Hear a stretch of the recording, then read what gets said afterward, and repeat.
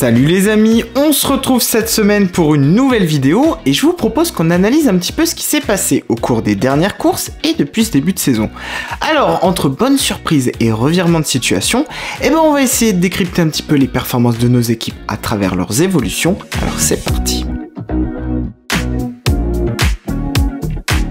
Alors depuis quelques courses les amis, on sent et surtout on voit un gros bouleversement dans la hiérarchie.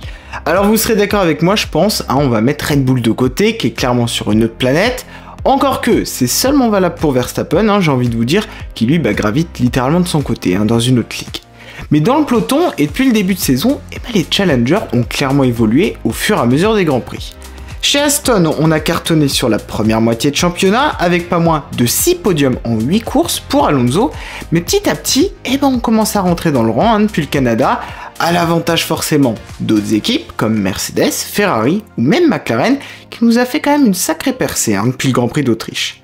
La raison, elle est simple, c'est qu'en F1, quand on n'apporte pas d'évolution, on régresse tout simplement parce qu'on est dans un sport en continuel changement.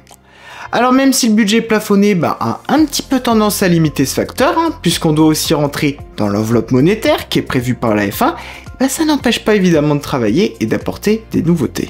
D'ailleurs à ce jeu-là, il y a quand même plusieurs écoles qui s'opposent.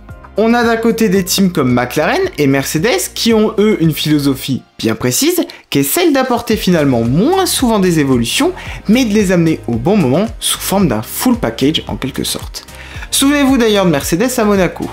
Ils ont vu entre la fin de saison dernière et le début de 2023 que le concept zéro ponton, c'était sûrement pas la meilleure idée avec ce règlement, en tout cas qu'ils n'ont pas réussi à l'exploiter comme ils l'entendaient, ou comme c'était en tout cas envisagé en soufflerie, en principauté ils nous ont apporté tout un pack avec des pontons entièrement revus, mais aussi un fond plat, lui aussi qui était totalement nouveau, sans oublier des suspensions transformées, là aussi pour que le tout fonctionne de manière la plus homogène possible.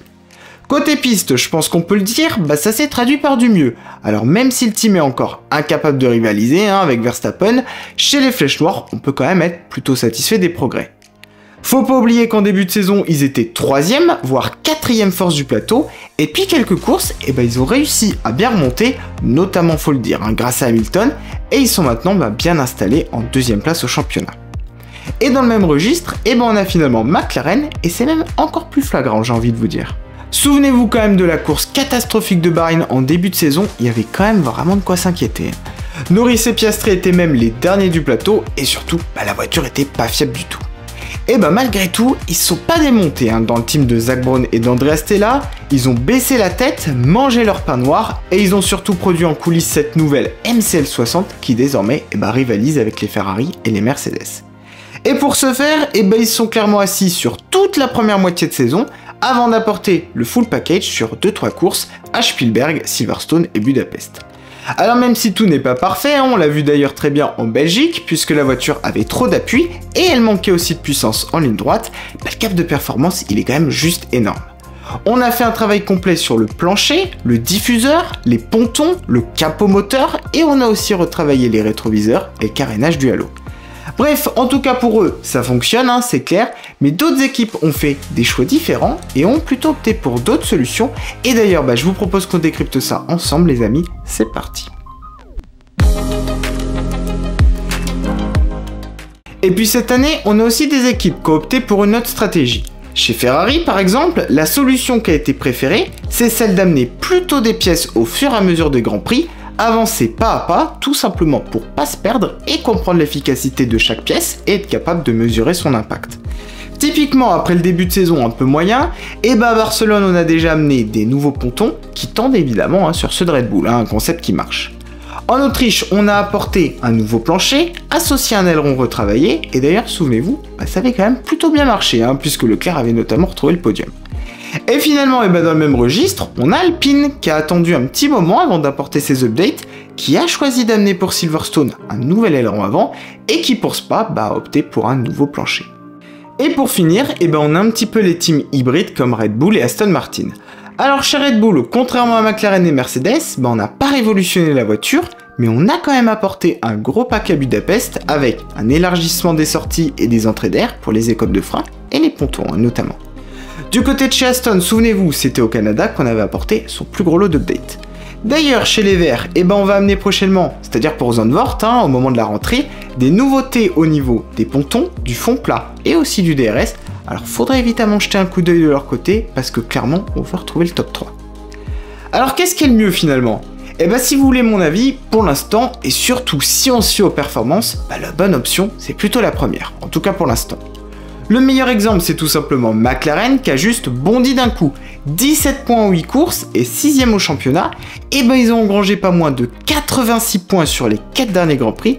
Ça, c'est le signe qu'on a bien fait chez les papayes. Surtout qu'on a maintenant bien pris le dessus sur Alpine. Donc ça, c'était un petit peu l'objectif. Alors vous allez me dire, forcément, c'est plus facile quand on a une voiture qui est ratée au départ, c'est difficile de faire pire, mais malgré tout, construire une nouvelle voiture, ça reste toujours un risque à prendre, et forcément, ça fait potentiellement aussi prendre du retard sur d'autres aspects. Mais malgré tout, même chez Mercedes qui avait finalement plus à perdre, ça a quand même plutôt bien marché, puisqu'ils sont quand même désormais bien installés derrière Red Bull. Pour les autres teams, c'est pas encore perdu non plus, on l'a vu d'ailleurs à Spa, il y a eu du mieux pour Ferrari et Alpine. Maintenant, les choses, elles peuvent aussi évoluer très vite. On le voit très bien d'ailleurs, d'une course à l'autre, la hiérarchie peut vite basculer et les teams n'ont pas encore tout déployé, donc on a encore bien le temps de voir d'autres surprises. Et vous alors, d'ailleurs, qu'est-ce que vous en pensez ? Est-ce que vous attendez encore à d'autres virements de situation, un petit peu comme McLaren ? Est-ce qu'au contraire, vous voyez des équipes reculer dans la hiérarchie ? Dites-moi tout en commentaire et comme d'habitude, moi je me ferai un plaisir de vous répondre. Les amis, merci à tous en tout cas d'avoir suivi cette vidéo. N'oubliez pas de vous abonner à la chaîne et d'activer la cloche des notifs pour me soutenir si ça vous a plu. Nous on se retrouve très vite, alors d'ici là je vous souhaite à tous de passer de très bonnes vacances et moi je vous dis à très vite sur la chaîne, à bientôt.